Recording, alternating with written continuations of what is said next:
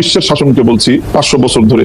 এর আগ পর্যন্ত আমি যেটা বলেছি যে যে পশ্চিমা বিশ্বের এই সেকুলার রাষ্ট্র ব্যবস্থা বা রাজনৈতিক এই যে গির্জা বিপরীত যে রাষ্ট্র ব্যবস্থা পশ্চিমা বিশ্ব অনুসরণ করছে, এর আগ পর্যন্ত তাদের যে শাসন ব্যবস্থা ছিল সেটা খ্রিস্ট শাসন ব্যবস্থা ছিল। আমি সেখানে বলেছি যে সেই খ্রিস্ট ব্যবস্থায় ব্যাপকভাবে খ্রিস্ট রাষ্ট্রগুলো কর্তৃক ইহুদিরা নিগৃহীত হয়েছে এবং সেই সময়টা ইহুদিরা মুসলমানদের প্রোটেকশনে তারা থেকেছে। ওই জায়গাটা আমি বলেছি। এর বিগত 500 বছর ধরে পশ্চিমা বিশ্ব তারা তো গির্জার শাসনের বিপরীতে সেকুলারিজমকে তারা রাষ্ট্র ব্যবস্থা হিসেবে, রাজনৈতিক বন্দোবস্ত হিসেবে তারা ফলো করছে। এবং সৌদি আরব যেটা করছে সেটাও আংশিকভাবে তারা কিছু কিছু ক্ষেত্রে কোরআনের বিধানকে অনুসরণ করে, পূর্ণাঙ্গ ইসলামিক রাজনৈতিক বন্দোবস্তকে তারা অনুসরণ করে না। কাজে সৌদি আরব আমাদের কোনো মডেল না, সেটাকে দিয়ে আমাদের কাছে প্রশ্ন করলে আমরা সেখানে সরি বলা ছাড়া আমাদের কোনো উপায় নেই।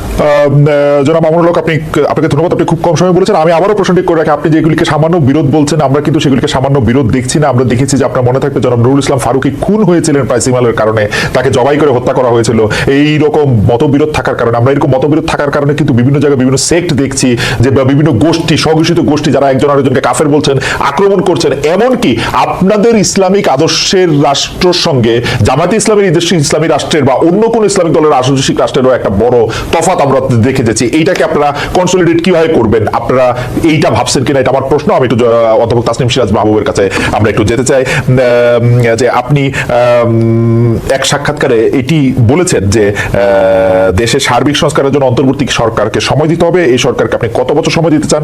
2, 3, 5 বছর সময়? আর একটা জিনিস আপনাকে বলে রাখতে চান, আমাদের আর সময় নেই, আসলে এই প্রশ্নটাই আপনাকে করতে চাই, অন্তর্বর্তী সরকারকে আপনি কতখানি সময় দিতে চান? 2, 3 না 5 বছর? এবং আপনি কেন মনে করেন যে সংস্কার আসলে অন্তর্বর্তী সরকার করবে, সেটা পরবর্তী সরকার এসে করবে না? তাসনিম সিরাজ মাহবুব। না, আমি সেটা কোথাও বলিনি এই সরকার করবে, পরবর্তী সরকার করবে না। আমি বলতে চেয়েছি বা চাচ্ছি সেটা হলো বেসিক কিছু জিনিস আছে যেগুলো আমাদেরকে করে যেতে হবে। যেমন শহীদদের তালিকা তৈরি করে, আহতদের তালিকা তৈরি করে এদের পুনর্বাসনের ব্যবস্থা করা আহতদের ক্ষেত্রে, এটা ওনাদেরকে করতে হবে এবং এতদিনে এটা ওনাদের করে ফেলা উচিত ছিল। এখানে ওনারা আমাদেরকে লেট ডাউন করেছেন। শহীদের তালিকা করেছেন, আহতর এখনো হয়নি এবং আহতরা অনেক ক্ষেত্রেই যতটুকু সাহায্য প্রয়োজন ততটুকু পাচ্ছেন না। এটা হলো 1 নাম্বার। আরেকটা হলো আপনার কিছু আছে শর্ট টার্ম, কিছু আছে লং টার্ম। এখন ওনারা যদি বাংলাদেশের শিক্ষা ব্যবস্থাকে ঢেলে সাজাতে চান, এটা 6 মাস 1 বছরে সম্ভব না। সো ওনাদের যেগুলি এখন করা দরকার, ইমিডিয়েট অ্যাটেনশন যেগুলিতে দরকার, তার মধ্যে একটা যেটা আমি বললাম, শহীদের তালিকা তৈরি করা, দেশের অর্থনৈতিক অবস্থাকে স্থিতিশীল করা, আইনের শাসন এশিওর করা, আইন শৃঙ্খলার উন্নতি করা, এগুলি ওনাদের গোল হওয়া উচিত। এই কয়টা কাজ করতে আমি কোনো নাম্বার বলবো না, এই কয়টা কাজ করতে যৌক্তিকভাবে যতটুকু সময় লাগে ততটুকুই ওনাদের নেওয়া উচিত। তবে আমাদের এটাও মনে রাখতে হবে, আমি একটু শেষ করি খালিদ সাহেব, কখনো জোর দিয়ে বলছি না, এবারই বললাম। আমি এতটুকুই বলবো যে আপনি কিন্তু নবজাত শিশুকে দিয়ে মা বাবা ডাকাতে পারবেন না। আপনি তাকে যতই দুধ খাওয়ান আর যতই মারধর করেন, তাকে সময় দিতে হবে। আমরা এত অসহিষ্ণু কেন? আমরা সর্বক্ষেত্রে অসহিষ্ণু, পরমতের ব্যাপারে শুধু না, সব ক্ষেত্রে আমরা অসহিষ্ণু। এখন আমাকে ট্যাগিং করা হবে যে আমি বর্তমান সরকারের দালাল, তো ট্যাগিং নিয়ে এখন আর চিন্তা করি না, এটা ঘোষণে পরিণত হয়েছে আমাদের মতো মানুষের জন্য। কিন্তু আমার কথা হলো, আমার ক্ষেত্রে যে জিনিসটা মনে হয় ওনারা ঠিক করছেন না, সেটা হলো যে ওনারা লং টার্ম আর শর্ট টার্ম গোলগুলিকে ওনারা আলাদা করছেন না, ওনারা র্যান্ডামলি কাজ করছেন। যার ফলে হচ্ছে কি, যেই জিনিসটার প্রতি তাদের ইমিডিয়েট অ্যাটেনশন দরকার, ওনারা এটা না রেখে অমুকের পোশাক কি হবে, অমুক পোশাকের কালার কি হবে, অমুকের নকশা কি হবে, ওনারা ওগুলোতে মনোযোগ দিচ্ছেন, যেগুলো কি না ওনাদের না করলেও চলে। ওনারা পুনর্বাসন করবেন, ওনারা ইলেকশন কমিশনকে ঢেলে সাজাবেন, ওনারা ভোটার তালিকা হালনাগাদ করবেন, ওনারা প্রতি সম্মান মানে শ্রদ্ধাশীল যাতে হয় মানুষ, সেই ব্যবস্থা করবেন এবং ওনারা দ্রব্যমূল্য নিয়ন্ত্রণ করবেন।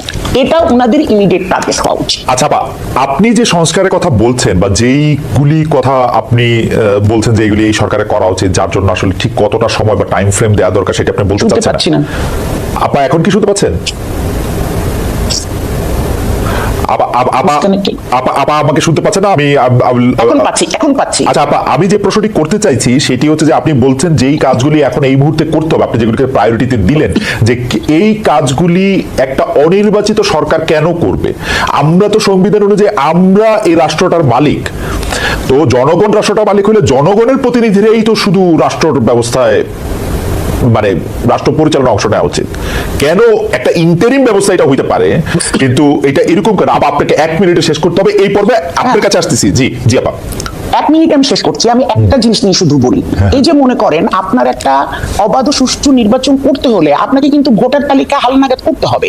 এখন আপনি যদি বলেন যে নতুন সরকার এসে সেই ল মেকাররা এটা হালনাগাদ করবে, তাহলে ওরকম ইলেকশনটাকে বিশ্বাসযোগ্য হবে যে আপনি ল মেকার এসে তালিকা, তাইলে আপনি পুরানো তালিকা যেটার মধ্যে অনেক ভুয়া ভোটার আছে, অনেক জেনুইন ভোটারের নাম নেই, এইটা দিয়ে আপনি যদি কোনো নির্বাচন করেন, এই তালিকা ফলো করে, সেই নির্বাচনের বিষয় মানে বিশ্বাসযোগ্যতা কতটুকু থাকবে? তাদেরকে তো আমরা সবাই দায়িত্ব দিয়েছি, তারা তো উড়ে এসে জুড়ে বসেনি।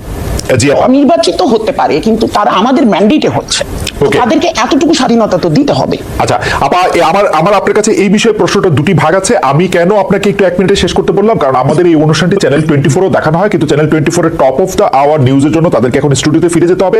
আমরা আপনাদের সঙ্গে আরো কিছুক্ষণ থাকবো। আমি একটু স্টুডিওতে অনুরোধ করেছি আমাদেরকে একটু এক্সটেন্ড করার জন্য। আমি যেই প্রশ্নটি আপনার কাছে করতে চাই সেটা হচ্ছে যে ভোটার তালিকা হালনাগাদ করাটা যদি এত জরুরি হয়, এবং ভোটার তালিকা হালনাগাদ করা কিন্তু এত সহজ কাজ নয়, এটা একটা সময় সাপেক্ষ কাজ। কিন্তু আমরা কিন্তু দেখেছি এই সরকার এখন পর্যন্ত একটা নির্বাচন কমিশনই ফর্ম করতে পারে নাই। ফর্ম করবে, তারপরে হালনাগাদ করবে। দ্বিতীয় কথা হচ্ছে যে আপনি বলেছেন যে তারা উড়ে এসে জোরে বসেনি, তাদেরকে আমরা ম্যান্ডেট দিয়ে বসেছি। সে আমরা আসলে কারা, মানে কার ম্যান্ডেটে? তাসনিম সিরাজ মাহবুব আসলে অন্তর্বর্তীকালীন সরকারের সদস্য নন, কিন্তু আরেকজন সদস্য, মানে সেই লোকটি আসলে কারা? আমি আগেই বলে রাখি, আমার কোনো সমস্যা নাই। যারা উপদেষ্টা আছেন, প্রধান উপদেষ্টা সহ, তাদের সবাই আমার খুব ভালো লাগে, তারা সবাই আমার খুব প্রিয়, তারা খুব লক্ষ্মী, তারা সবচেয়ে ভালো, পৃথিবীর সবচেয়ে ভালো। কিন্তু ম্যান্ডেটটা কোত্থেকে পেলো এটা আমার একটু জানতে ইচ্ছা করে। ম্যান্ডেটটা কার আসলে? আচ্ছা, আপনি অবশ্যই জানেন, এটা দর্শকরা জানেন না, সেই কারণেই বলছি। আপনাদের ভুলে যাওয়ার কথা না যে বঙ্গভবনে এই ছাত্র সমন্বয়কদের সাথে একটা মিটিং হয়েছিল, 3 বাহিনীর প্রধান, এবং পরে তারা প্রেসিডেন্টের সাথে বসে তারা কথা বলেছিলেন যে তারা ডক্টর ইউনূসকেই চিফ অ্যাডভাইজার হিসাবে দেখতে চান। তো এটা তো আমরা করিনি, যে ছাত্র জনতা এই অভ্যুত্থানটা করেছে এবং সেটার নেতৃত্ব যারা ওই সময়ে দিয়েছিল তারাই গেছে আলোচনা করতে। কারণ 3 বাহিনীর প্রধান, বিশেষত আর্মির প্রধান, তাদেরকেই দাওয়াত দিয়েছেন। খালেদ মহিউদ্দিনকে বা তাসনিম মাহবুবকে কিন্তু দাওয়াত দেন। তো তাদেরকে দিয়েছেন, এবং আমরা কেউ আপত্তি করিনি, কারণ তারা খুব অ্যাক্টিভলি পার্টিসিপেট করেছে। আমরাও ছিলাম, কিন্তু তারা খুব অ্যাক্টিভলি পার্টিসিপেট করেছে। তারা নির্যাতিত হয়েছে, যখন তাদেরকে দাওয়াত দেওয়া হয়েছে তারা গিয়েছে, তারা এটা নিয়ে আলোচনা করেছে, আলোচনাটা ফলপ্রসূ হয়েছে এবং সেই আলোকে একটা সরকার হয়েছে। সেই হিসাবেই আমি বলছি, তখন তো আমরা কেউ আপত্তি করিনি যে না, একে চিফ অ্যাডভাইজার করা যাবে না বা তাকে অ্যাডভাইজার করা যাবে না। প্রথম দিকে সরকার এত বিতর্কিত সিদ্ধান্ত নেয়নি। এখন যত দিন যাচ্ছে আর নতুন নতুন উপদেষ্টাদেরকে সংযোজিত করা হচ্ছে, সমস্যাটা তখনই দেখা দিচ্ছে। কারণ আমার মনে হয় ওনারা ব্যাকগ্রাউন্ড স্টাডি করছেন না। আর ইলেকশন কমিশনের কাজটা যে ওনারা শুরু করছেন না, এটা কি আমরা সমর্থন করছি বা ভালো দৃষ্টিতে দিচ্ছি? মোটেই না, মোটেই না। আপনারা যদি বলেন যে এখন আমরা কি করছি, আমরা এমনিও ওয়াচডগ, আমরা বসে বসে দেখছি, এবং ওনারা যে কাজগুলি ভুল করছেন বা সঠিক করছেন না, সেগুলোর ব্যাপারে কিন্তু আমরা খুবই সোচ্চার। সোশ্যাল মিডিয়ায় যান, দেখেন, তাহলে বুঝতে পারবেন। আপনাকে ধন্যবাদ। আমি জনাব মামুনুল হক, আপনার কাছে আজকের জন্য আমরা একটু শেষ প্রশ্নে আসতে চাই যে আসলে ইসলামিক দলগুলি এক একজন এক এক রকম মতবাদ, এক এক রকম কথা সামনে আনার পর, এবং অনেক সময় কথাগুলি খুবই আক্রমণাত্মক এবং একজন আরেকজনের সাথে খুবই সাংঘর্ষিক, সেটার ক্ষেত্রে আপনারা কিভাবে এটাকে আসলে মানে সমন্বয় করতে চাইছেন সেটিও যদি আমাদের একটু বলেন, এবং এটার ক্ষেত্রে আপনাদের লক্ষ্য এবং উদ্দেশ্যকে, এর মধ্যে জামাত ইসলামী থাকবে কিনা, প্রধান বড় ইসলামিক রাষ্ট্র মানে দল হিসেবে আমি বলতে চাইছি আর কি, হেফাজতে ইসলামীতে যেসব দলগুলি ছিলেন তাদের অংশগ্রহণটা কি হবে? আমাদের খুবই আপনার কাছে সরি, আমরা 2 মিনিট সময় আপনার কাছে মাত্র। জি খালেদ ভাই, আপনি একটা প্রশ্ন রেখে গিয়েছিলেন যে ওই যে নুরুল ইসলাম ফারুকী সাহেবের হত্যাকাণ্ড বা এই জাতীয়। আসলে দেখেন, এই আমাদের ভিতরকার যে সকল মতবিরোধ গুলো রয়েছে, সেই সকল মতবিরোধ গুলোর একটা, আমি আগেই বলেছি, শাখাগত বিষয়ে কিছু মত পার্থক্য রয়েছে। সেই জায়গাটায় অনেকে হয়তো মতবিরোধের জায়গাটায় কিছুটা তারা সীমা লঙ্ঘন করেন। সেটা কখনোই সীমা লঙ্ঘনই, সেটাকে আপনি মূল ধারার কাজ হিসেবে কখনোই গণ্য করতে পারেন না। এখনকার যে প্রশ্ন আপনার, সেটাতে অবশ্যই আমরা যারা রাষ্ট্র ব্যবস্থায় ইসলাম দেখতে চাই, অর্থাৎ যারা আমরা ইসলামী রাষ্ট্র প্রতিষ্ঠার আন্দোলন করি এবং সেই রাজনীতি করি, আমরা মনে করি যে এই পয়েন্টে যারাই আছে তাদের সাথে শাখাগত ক্ষেত্রে আমাদের যতই মত পার্থক্য থাকুক, মৌলিক একটা জায়গায় আমরা অবশ্যই ঐক্যবদ্ধ আছি, সেটা হলো আমরা ইসলামী রাষ্ট্র ব্যবস্থা প্রতিষ্ঠা করতে চাই।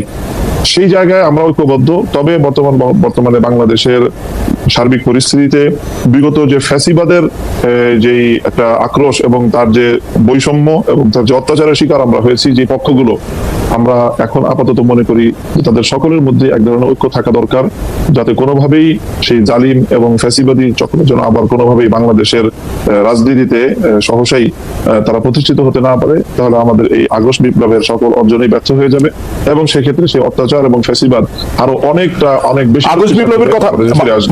মামুন ভাই, আগস্ট বিপ্লবের কথা যখন বললেন তখন আমি আপনাকে একটা বিষয় একটু প্রশ্ন করতে চাই। সেটি হচ্ছে যে আপনি নিশ্চয়ই, আপনার মনে আছে যে তারিখটা হচ্ছে এই বছরেরই 27 জুলাই মনে হয়, 26-27 জুলাই আপনাদের সাথে, আলেমদের সাথে স্বরাষ্ট্র মন্ত্রণালয়ে স্বরাষ্ট্রমন্ত্রীর একটি বৈঠক হয়েছিল, আপনারা সেখানে গিয়েছিলেন। সেখানে আপনারা কি এই সরকারকে সমর্থন করেছিলেন এরকম আপনারা শুনেছিলাম যে শেখ হাসিনা সরকারকে সমর্থন করেছিলেন? না, ঠিক সেখানে কোনোভাবেই সমর্থনের কোনো প্রসঙ্গ আসে না। আপনারা দেখবেন যে সেখানে আমার কোনো বক্তব্য নেই এবং সেখানে একরকম সেটাও এক ধরনের অত্যাচার ছিল, আমাদেরকে জোর করে আসলে তুলে নিয়ে যাওয়া হয়েছে। মানে আপনি স্বেচ্ছায় যান নাই?